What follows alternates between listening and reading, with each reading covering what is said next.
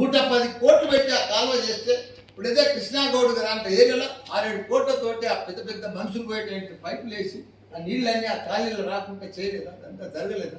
వాడు కాంట్రాక్టర్ దొంగ చేయలేకపోయింది, కానీ లేకపోతే ఇదంతా పని అయిపోతుండే కదా. మామూలు పనుల ఒక యుద్ధం లెక్కలే, ఒక్కనాడు విరామం లేదు. ఒక కార్పొరేటర్ కానీ, ఒక కౌన్సిలర్ కానీ, ఒక సర్పంచ్ కానీ రోజు పని పని పని పని. ఎన్ని ఇనాగ్రేషన్, ఎన్ని పనులు, ఎంత వీళ్ళు ఏదో మాట్లాడుతున్నారు. అప్పుడే ప్రభుత్వం వచ్చింది. ప్రభుత్వం వచ్చినప్పుడు ఎట్లా చేయాలి? నువ్వు 6 గ్యారంటీలు ఎట్లా చేస్తావు చెయ్యి, తప్పులేదు. మేము కూడా సహకరిస్తాం గవర్నమెంట్కు, మేము కూడా పార్ట్ ఆఫ్ గవర్నమెంటే కదా.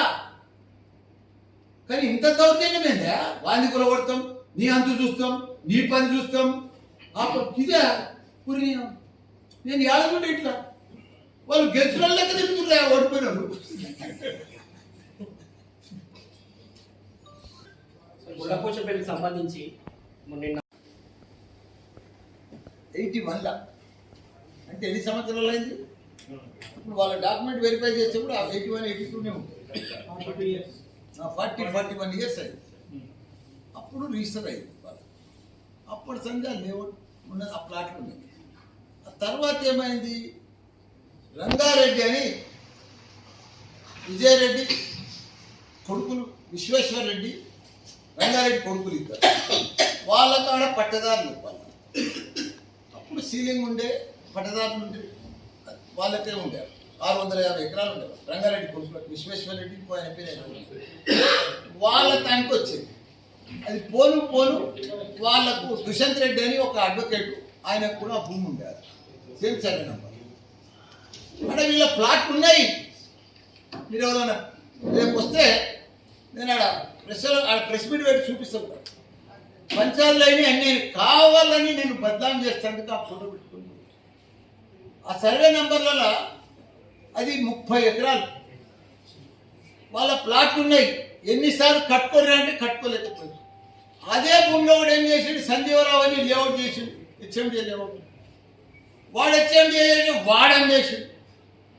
వాడు 10 ఎకరాలు హెచ్ఎండి లేఅవుట్ చేసి 16 ఎకరాలు అమ్మిండు. వీళ్ళకు ఉన్నాయి 60 ప్లాట్లు. పోలీస్ కేసు అయింది, కొట్లాట అయింది, పంచాయతీలు అయినాయి, రకరకాల. నాకు భూమి లేదు. ఆ తర్వాత రంగారెడ్డి కొడుకుతానా నేను 2 ఎకరాలు కొన్నా. నా పేరు మీద కూడా లేదు, మా కోడలి పేరు మీద ఉంది. ప్రీతి అని ఇక్కడ తిరుగుతున్నాను, ఆమె పేరు మీద 2 ఎకరాలు. వాళ్ళకు ప్లాట్లు ఉన్నాయి, చూసుకోవచ్చు. ఆ 2 ఎకరాలు నాది, నేను కొటేషన్ అయింది, నా తన పాస్బుక్ ఉంది, అన్నీ ఉన్నాయి. ఇక దాన్ని కబ్జా అంటే నేను కొని 10 ఏళ్ళ ఇలా కొత్త కబ్జా పెట్టింది లేదు, దాన్ని పని చేసింది. ఇక వాళ్ళు కావాల్సుకొని అక్కడ ప్రజావాణి నేను కూడా చూసిన ఫోటో, నా ఫోటో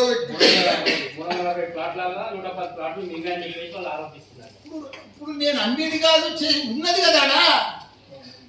ఇప్పుడు జాగ లేకపోతే, భూమి లేకపోతే, ఆ సర్వే నెంబర్ ఖాళీ లేకపోతే కదా నేను కబ్జా పెట్టింది. ఇప్పుడు మీరు వచ్చి చూసినా నేను జేబులో పెట్టుకొని తిరుగుతున్నాను కదా దాన్ని భూమిని. నాకు ల్యాండ్స్ చాలా ఉన్నాయి. మొన్న కూడా అది ఎస్టీలది, మొన్న ల్యాండ్ గ్రాబర్ అని ఎలక్షన్లు ఎట్లా పెట్టిరు? ల్యాండ్ కబ్జా ఎస్టీ కేసు కూడా పెట్టిరు కదా. అవును. అట్లా నాకు భూములు ఎక్కువ చేత ఏదైనా నాదే. మల్లారెడ్డి ఇన్వాల్వ్మెంట్, మల్లారెడ్డి కబ్జా, మల్లారెడ్డి ల్యాండ్ గ్రాబర్, మల్లారెడ్డి మీద ఎస్టీ కేసు. ఈ పొలాలు, భూములు, పంచాయతీలు నా పేరు మీద లేవు, నాకు సంబంధం లేదు, లింక్ పెడతారండి. అది మొత్తం క్లియర్ అయిపోయింది మన ఎస్టీ కేసు. ఫస్ట్ పాయింట్ నా పేరు మీద లేదు. సెకండ్ పాయింట్, వాళ్ళు పైసలు తీసుకుపోయారు, వాళ్ళకి ఇచ్చారు, మధ్యవర్తులు తిన్నారు. అదంతే. దాన్ని నాకు లిమిట్ పెట్టి ఎలక్షన్లో వాడుకున్నారా? అది దిగుతాయి చూడు, ఎలక్షన్లో క్యాన్వాసింగ్ స్క్రీన్లు అని వేసి చూపించు. ఎలక్షన్ వస్తున్నాయి కదా సార్, మీరు ఎన్ని ఆరోపణలు వచ్చి మీరు ఒక లెజెండ్ అయిపోయారు. నేను ఒకటే అన్నా, నువ్వు మంచి మాట క్వశ్చన్ దానికే చెప్తాను. నేను ఎప్పుడు తప్పు తెలియదు. భగవంతుడు నాకు మంచి ఆస్తి ఇచ్చింది, మంచి ల్యాండ్ బ్యాంక్ ఇచ్చింది, మంచి బ్యాంక్ బ్యాలెన్స్ ఇచ్చింది. మంచి కొడుకులను ఇచ్చిండు, కోడళ్ళని ఇచ్చిండు, మంచి విద్యా సంస్థలు ఇచ్చిండు, మంచి మినిస్టర్ ఇచ్చిండు, మంచి ఎంపీ ఇచ్చిండు, మళ్ళీ మంచి ఎమ్మెల్యేని ఇచ్చిండు. నేను ఎప్పుడు కూడా ఎవరికి హాని చెయ్యా, ఎవరికి తప్పు చెయ్యా, నేను ఎవరికి కూడా ఒకరి కోసం కావాలని కూడా నేను ఉండేది 300 గజాల ఇంట్లో ఉంటా. నా ఇల్లు 300 గజాలు 34 ఏళ్ల కింద కట్టిన ఇంట్లోనే ఉంటాను నేను. 34 ఇయర్స్ కంప్లీటెడ్ నేనున్న ఇంట్లో. నేను కావాలంటే 10 ఎకరాలలో కట్టుకొని ఉండొచ్చు, రాజధాని కట్టుకొని ఉండొచ్చు. నేను అట్లా ఉంటా. నా సిస్టమ్ అంతా సింపుల్గా ఉండాలి, ప్రజలకు సేవ చేయాలి, ప్రజల వద్దన ఉండాలి, అందుబాటులోనే ఉండాలి, మంచి విద్యార్థులను తయారు చేయాలి, మంచి ఫ్రెండ్షిప్ ఉండాలి. Positive mind. కానీ ఇట్లా వాడిని కబ్జా పెట్టు, వీడిని మోసం చెయ్యి, వీనికి ద్రోహం చెయ్యి, వీడిని కూలగొట్టు, వీనికి అన్యాయం చెయ్యి, వీడు నాకు ఓటేయలేదు, వీడిని హింసించు అనేది కాదు. అది గాంధీ మార్గం. నువ్వు ఈ చెప్పు మీద కొట్టి, ఈ చెప్పు మీద కొట్టుకొని చెప్తుంది.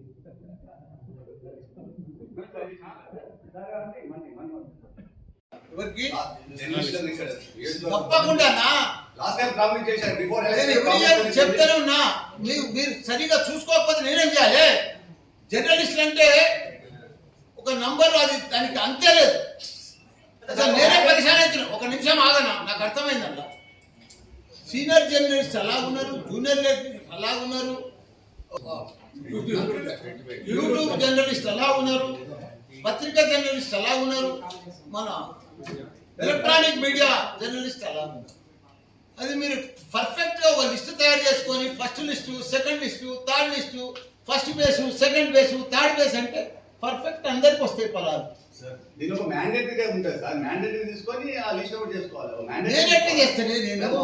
మా దాంట్లో యూనియన్ నేను ఒకసారి చేస్తాను. ఆ పరంగా ఇస్తే మీరు ఓకే చేయించండి. మ్యాండేటరీ ఉంటుంది. మ్యాండేటరీ ప్రకారమే ప్రామాణికంగా తీసుకొని అది ఇప్పుడు మీ దాంట్లోనే మాకంటే ఎక్కువ రాజకీయాలు మీ దాంట్లో. ఎందుకంటే మీ దాంట్లో కూడా కొత్త కొత్త మేము సపరేటు మాది ఇది అని మాకే అర్థమవుతలేదు సార్. ఇవన్నీ సెకండరీ సార్. ఇక మేము ప్రజలను చూస్తున్నామా సార్? వన్ థింగ్ లేదు సార్. పోయినపల్లి క్యాంప్ ఆఫీస్ గురించి కూడా మీరు ఎంపీ అయిన గురించి ప్రొఫెషనల్ పెన్షనలిస్ట్ చాలా మంది ఉన్నారు. ఈ ఏరియా నుంచి కూడా రాసిన వాళ్ళు ఈ రోజు వరకు కూడా మేడ్చల్లో ఎవరికి ఏ జర్నలిస్ట్ కూడా మీరు ఇళ్ల స్థానం అనేది గత ప్రభుత్వంలో మిగతా నియోజకవర్గాల్లో ఆ ఎమ్మెల్యేలు ఇనిషియేట్ తీసుకొని వాళ్ళు ఇప్పించారు. కానీ ఇప్పటివరకు మీరు చేయలేదు. కనీసం ఈసారి మీరు చేస్తారా లేదా? ఎట్లయిందంట అన్న, ఒక్కోతాన 100 మంది అయ్యారు మున్సిపాలిటీ. మా జవహర్ నగర్లో కూడా 150-200 మంది. యాడికి పోయినా నాకు అర్థమైతే లేదు. నీకు ఉన్న వాస్తవం చెప్తున్నాను. నాకు కుట్ర రాజకీయాలు తెలియదు. నేను కడుపులో కత్తులు పెట్టుకొని తిరిగా, ప్రేమ మనిషిని. నాకు కుల్ల ఉంటే నేను అన్ని కుల్ల చెప్తాను. నేను ఒక ఎగ్జాంపుల్ చెప్తాను, నాకు బాధ కలిగింది. నేను కొందరికి 32 మందికి నేను మేడ్చల్ ఇప్పించిన. ఇప్పిస్తే కూల్చేసారు. కలెక్టర్ చెప్పి వేరే మీ దాంట్లోనే ఉండనా కలెక్టర్ దగ్గర కూర్చోండి. నేను కట్టేసా చెక్ పోస్ట్ కాడ ఉన్నా అని బతిలాడిన కలెక్టర్ నేను. వాళ్ళు పుస్తకాడు బంగారం గిరి పెట్టి కట్టుకున్నాడు. మీ వాళ్ళే కొందరు కంప్లైంట్ చేసిరన్నా చేసిరా నాకు తెలుసు, 100% తెలుసు. అలా కొందరికి ఏం చేసినా, కొందరికి ఇప్పుడు అలా వేరే దాన్ని తెప్పించిన ప్లాట్ ఇలా ఒక ప్రభాకర్, సుధీర్ రెడ్డి, మన హరివర్ధన్ రెడ్డి, మన వజ్రేష్ యాదవ్, వీళ్ళంతా వచ్చారు కదా. వీళ్ళంతా వచ్చిరా లేదా? మరి ఎదుర్కొన్నామా లేదా? ఓడగొట్టినమా లేదా? చివరిలో ఒకటి, మీరు గెలిచినప్పుడే కాంగ్రెస్ లో కూడా కలవడానికి వెళ్ళారనే వార్తలు వచ్చినాయి స్టార్టింగ్ లో. అది ఎంతవరకు నిజం సార్?